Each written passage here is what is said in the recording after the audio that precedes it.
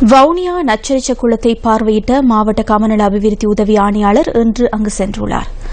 இந்த குளம் பராமரிப்பின்றி காணப்படுவதாக நியூஸ் ஃபர்ஸ்ட் நேற்று முன்தினம் செய்தி வெளியிட்டிருந்தமை குறிப்பிடத்தக்கது.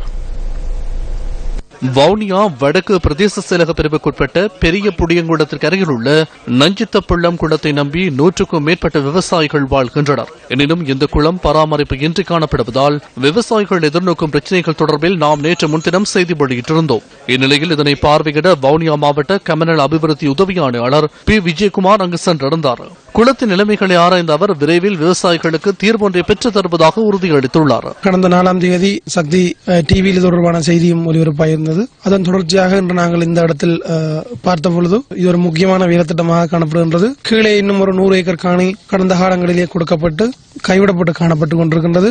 ஆகவே அந்த காணிகளை விவசாயிகள் உடனடியாக துப்புரவாக்கி செய்கையில் ஈடுபடுத்த வேண்டும். இந்த வேலைத்திட்டத்துக்கு சராசரியாக 65 தொடக்கம் 70 லட்சம் ரூபாய்கள் வரை தேவைப்படும். கட்டாயம் இந்த நஞ்சரித்த பள்ளம் இந்த அணைக்கட் இதனை அமைத்து நீர்ப்பாசனத்துக்கு ஏற்ப மாதிரி நான் உடனடியாக செய்து இந்த இடத்தில் உறுதிமொழி அளிக்கின்றேன். போன 4ஆம் தேதி சத்திய டிவியால எங்கள்ட விடயத்தை எடுத்துக்கொண்டு போய் டிவியில போட்டவே கமநல சேவை ஆணையாளர் இன்று அவர் இங்க உங்களுக்கு என்னென்ன மாதிரி இந்த வேலை திட்டம் நீங்க செய்தால் நான் இதை செய்து தருவேன் என்று உறுதி செய்திருக்கிறார்கள்.